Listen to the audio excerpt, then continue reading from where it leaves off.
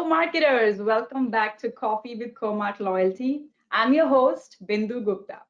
Are you ready to sharpen your loyalty marketing chops? All right, then grab your coffee and join us in welcoming our guest for today. He is the consumer marketing manager at ExxonMobil and he's dedicated to creating amazing digital experiences for his customers and Reward Plus members for the past 15 years. So please raise your coffee mug for Devin Miller. Welcome, Devin. We are so excited to have you. Thank you. Glad to be here. Look forward to it. Thank you for joining. We are really looking forward to having this amazing conversation with you. So why don't we begin with, why don't you tell us a little bit about yourself, your journey as a marketer? Sure. So I started with ExxonMobil about 16 years ago. I've had a number of different roles. Started in IT actually. Most of my time was in around retail, so working with retail fuels. Did a few other jobs around the company, but a lot of time was spent in retail.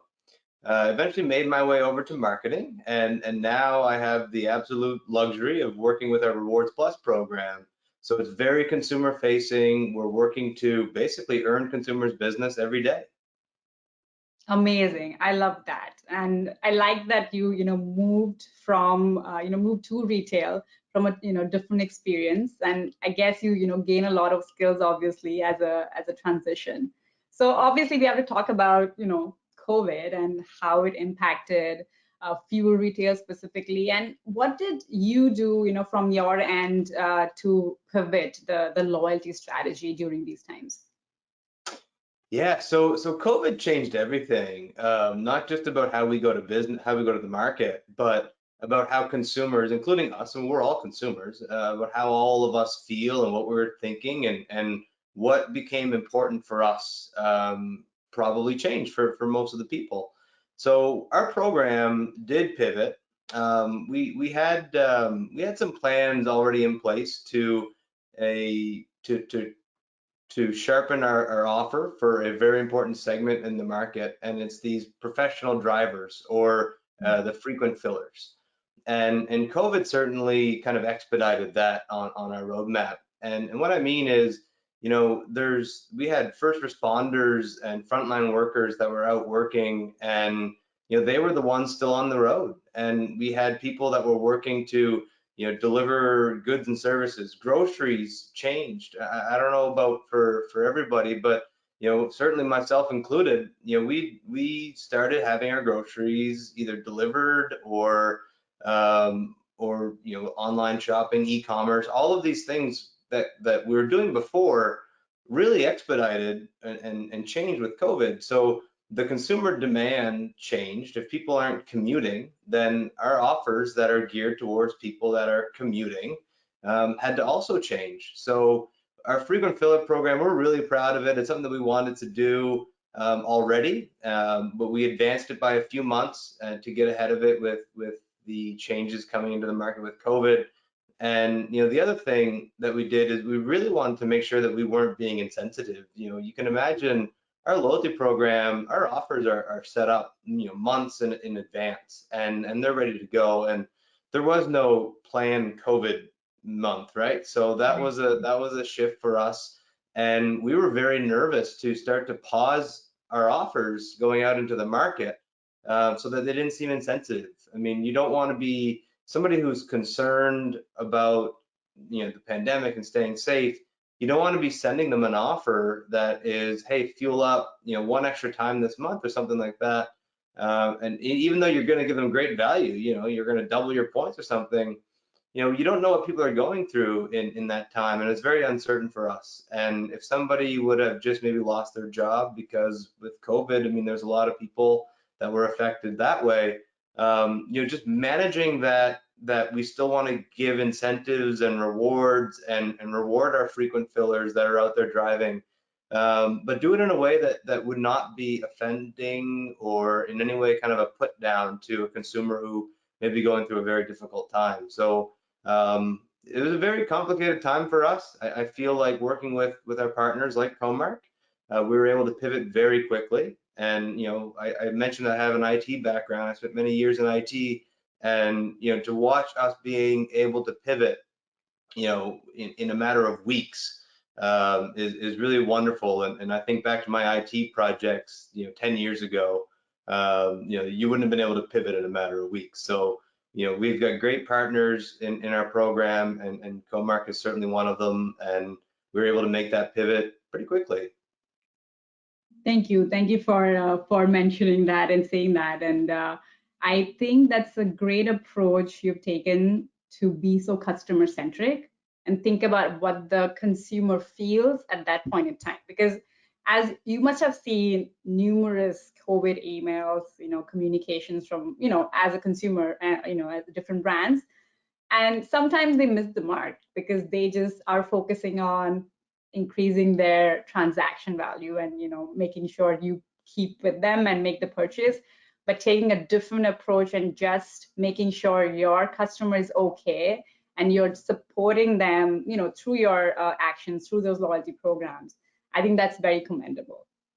Yeah, that it really was not the time to upsell, Exactly. or even have the appearance of upselling. Sometimes the most well-intended email or offer can have very negative consequences. And when you're talking about millions of people, right? I mean, it's not like I know Devin and I can send him this and he'll appreciate it. We're talking about millions of people, and we have to personalize our approach to each of them. I'll give you another example. We were very nervous, so we're very proud of our app, our Rewards Plus mobile app, and allows you to pay for fuel from inside your car. Hmm. And there was a lot of concern during COVID about people handing cash, people handing credit cards back and forth. Right. And our app, it's been in the market for many years. It wasn't something that we did just because of COVID, but we have a great message. Our app is simple, it is safe, and it's more secure. And in this instance, secure maybe didn't mean credit card security or physical safety. It meant from not having to reduce your touch, not having Right. to interact with a pin pad or a gas pump. And we did want to make sure that people knew that, hey, if you're one of our consumers and you love our brand and you're used to entering your phone number, and we love that. I mean, you're welcome to us. But if you're a little reserved, or if you're concerned about it, we do have a mobile app that you can skip all of that. You have to touch the pump nozzle, but you skip all of the credit card and the phone number and the prompts and that stuff. So we wanted to get that message out there, but we wanted Hmm. to do it in a very sincere way. And that was, our marketing communications group working with the programs team did a lot of work in getting that language right. But there were messages that were relevant, that were consumer value add messages to get out into the market during COVID time. But like you said earlier, it had to be sincere and it had to be well received, and we were very cautious during that time. Exactly. And as you mentioned, contactless transactions obviously are picking up right now. And I feel like even after things slowly normalize, it's going to be the new norm, right? People would expect it from brands, and they would want this ease of transaction going forward. And as you said, it was not because of COVID, but you were already thinking ahead of this. I think that's a great way of, putting the value of the brand with the consumer expectation. So that's another great example. So another thing which is kind of coming up with a lot of retail brands, is creating partnerships with, sometimes it's you wouldn't expect these two brands to be partners, and they are really thinking about the end product, right? The end consumer expectation and how they can make it better for their consumer, with that partnership. So is there, are there partnerships which you are really proud of, which Exxon is doing with other brands? Absolutely. Partnerships has been something that we've focused on now for a number of years, and you're starting to see some of those come into the market. But I'll name a few of them in a moment. But what's really exciting about partnerships is that it's a way that you can deliver additional value to your consumers. Hmm. So as you think about delivering meaningful value, not just an offer, or bring your receipt over and you're going to get 10% off, but I mean like real value to a consumer for being a member somewhere else, and it just adds additional benefit or value to those consumers. So it's a really great situation. I think about a couple. We have a great relationship with Apple. Apple launched in the U.S. a credit card, Mm. and that Apple Card, we are the exclusive fuel provider in that deal where you'll actually get 3% cash back. 3% cash back is a really meaningful offer. Yeah. And Apple is proud of that, and they're marketing that to their consumers. We're proud of that. We're letting our consumers know. And a consumer that's used to getting their 6 cents, their 6 points or 6 cents a gallon for being premium status with Rewards Plus, if they add that with an Apple Card, I mean that's an additional 3 cents a gallon. I also think of our own private label credit card as a partnership, right? I mean, we have a credit card as well. And if you want to have a private label card, meaning the ExxonMobil credit card, you can get 10 cents a gallon. And I mean, those are just great.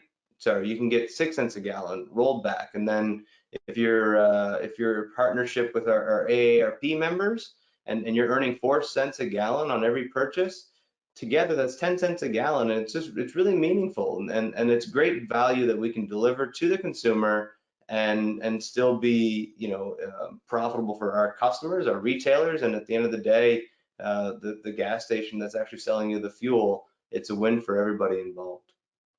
Yeah, no, totally agree. And I do see more partnerships forming, especially in the realm of, loyalty programs. And I feel consumers are going to get used to that and expect brands to have, a unique take on what will affect their lifestyle at the end of the day. So Well, that's affect that's your lifestyle. Sorry, let me just jump in one. So we talked a lot about value, right? Delivering people yeah, value. So if you're AARP, you get extra points. If you get this credit card, you get additional cash back. But value is a fun word because it can really mean anything to different people. When you talk about affecting somebody's lifestyle, sorry, um, I think about our partnership with Alexa or with mhm, Amazon, where you can be, and all of our devices are going to start talking to us when I say it, but you can be in your car and just say the words Alexa, pay for gas, and she'll authorize the gas pump. I mean, just a few years ago, you were able to do that in an app, and before that, it was new to be able to swipe a credit card, and now you're able to just pull into a gas station and say pay for fuel, and it sounds simple, and it sounds like this thing that would be really hard to believe, but it works. And what we see is when a consumer tries it for the first time, if they get past that little skeptical of I can really do this with Alexa, I don't believe you, because yeah, they're used to Alexa being in their home, right? Turning on the lights and doing their grocery list, playing music, dropping in on their kids, eavesdropping on their kids to make sure that they're playing and getting along really well. Allegedly, maybe. But yeah.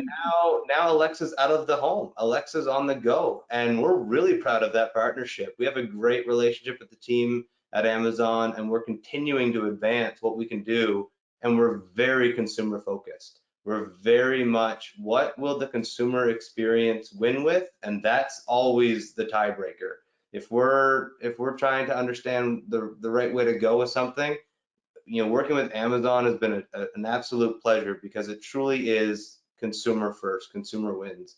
And when you do that, you're ending up with a really great solution. So I urge you all to try it. If you don't have an Alexa device in your vehicle, if your car doesn't talk to you, you can throw the Amazon Alexa app on your phone and try it that way. But it's really cool. Yeah, now I'm gonna try it next time. I haven't. I mean, we do use it at home. Mostly the kids use it, as you would know. But I haven't used it to pay for gas, and I am going to try that. And that's another way of contactless, transactions. And this is even easier because you're literally just using voice, and that is, that will pick up, especially now. Like everybody is becoming more tech savvy, even the older generation. I mean, my mom, my dad, they really didn't get into all this before COVID, but they had to, right? So we are seeing that shift in the demographic as well, and I feel like it could be a really positive change going forward. Absolutely. And where will we be in a couple of years from now? I mean, the innovation is not stopping. We're certainly taking advantage of it right now. I think back to the old days, and I'll ask, I'll put you on the spot. When was the last time you actually had to type in a full 16-digit account number off the back of your credit card? Oh I mean, gosh. that used to be the norm, right? If you wanted to do anything, every time you had to type that in. Now you can order a pizza with a tweet, and you can pay for gas with your voice, and you're just going to use whatever credit card you had with Amazon, or the wallets, Google and Apple Pay. Exactly. They just work, and it removes that barrier for the consumer, because the consumer experience is ultimately going to be the judge of success. Yeah. And with the right consumer experience, the consumers will reward us with their business. Exactly, exactly. And now that, there's more vaccinations happening, people are expecting slowly to be more on the road. What can we do as marketers and, especially, someone in your position, how can we make their experience even better? Like we spoke about a bunch of things, right? Yeah, I mean, contactless transactions and, voice search. Is there anything else you feel could be the next thing to make their experience better? We're going to keep on that innovation train. I mean, ExxonMobil has a history of being an innovator, going all the way back to the Speed Pass fob, which is a little keychain RFID way back in the 90s. We're going to continue to innovate and continue down this path. We will earn our consumers' business. That's what we're here to do. We want to give them their best fueling experience. We do recognize that there will be changes, and above all else, we don't want to be insensitive to whatever people may be dealing with as the back to normal, if you will. I don't know that expression necessarily really works, because I don't know what the new normal will necessarily be, but whatever that journey looks like, we want to make sure that we are delivering value to consumers along the way. We want to make sure that we're meeting them where they are when they're ready, and we want to have very relevant offers for them. And it's not a upsell. We're not interested in taking advantage of everybody. It truly is rewarding them for their loyalty and earning their business every day. We're going to stay on the innovation train. We've got an incredible partner in Comarch, and you guys are tremendous help in enabling that for us. And we're going to really remain focused on the trends that we think are here to stay, like frequent filler. Folks are now, the underlying market has changed. People are having things delivered. Mm. We're looking at the different demands across the country, and we're trying to understand what's driving those demands, and those are going to be the trends that we're going to stay focused on. And e-commerce is here to stay. Frequent fillers are here to stay, and we're going to be very focused on bringing those partnerships to the table, and rewarding our consumers that are choosing to shop with our brands. Amazing. I love that innovation train. I think that's key because we had to everyone had to accelerate all the plans they had 5 years down the line, and they just had to push it forward because there was no other option too. But now I think we probably are a little bit more prepared, and fingers crossed, and maybe future proof our programs as we move forward. It's just going to be one of those elements which is going to be part of the roadmap, I feel, because you just don't know what you don't know. Like this COVID happened, nobody knew it, but now that there could be anything like this happening, and kind of changing the course of consumer behavior at the end of the day. So I think And what you said was perfect. yeah, and I mean, consumers, if you build it, they may not come. I mean, that's a myth. If you build it, they're not going to come. I mean, COVID was something that really did change the consumer's appetite, right? It was, I'm now seeking out ways to minimize touch or contactless payments. The consumers are now interested. They've bought into the idea, and now they're on board. And once they tried it, they love it. But Yeah. one thing that changed was now the consumers are seeking this out. We've had an app in the market for a number of years, and we're really proud of the app, and to the point where my wife and I will, frankly, be upset if we forgot our phone and we actually have to swipe a credit card and answer all the questions. I mean, we're just like, really? This used to be the way? Yeah, I know. And I think the consumers changed with COVID, and that's a big one. And we want to make sure that we're there and ready and delivering them meaningful experiences that reward them for their business. Absolutely.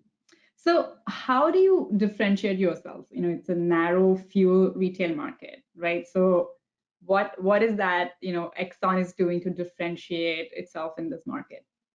Yeah, great question. And to a lot of people, buying gas is just a chore. They don't enjoy it.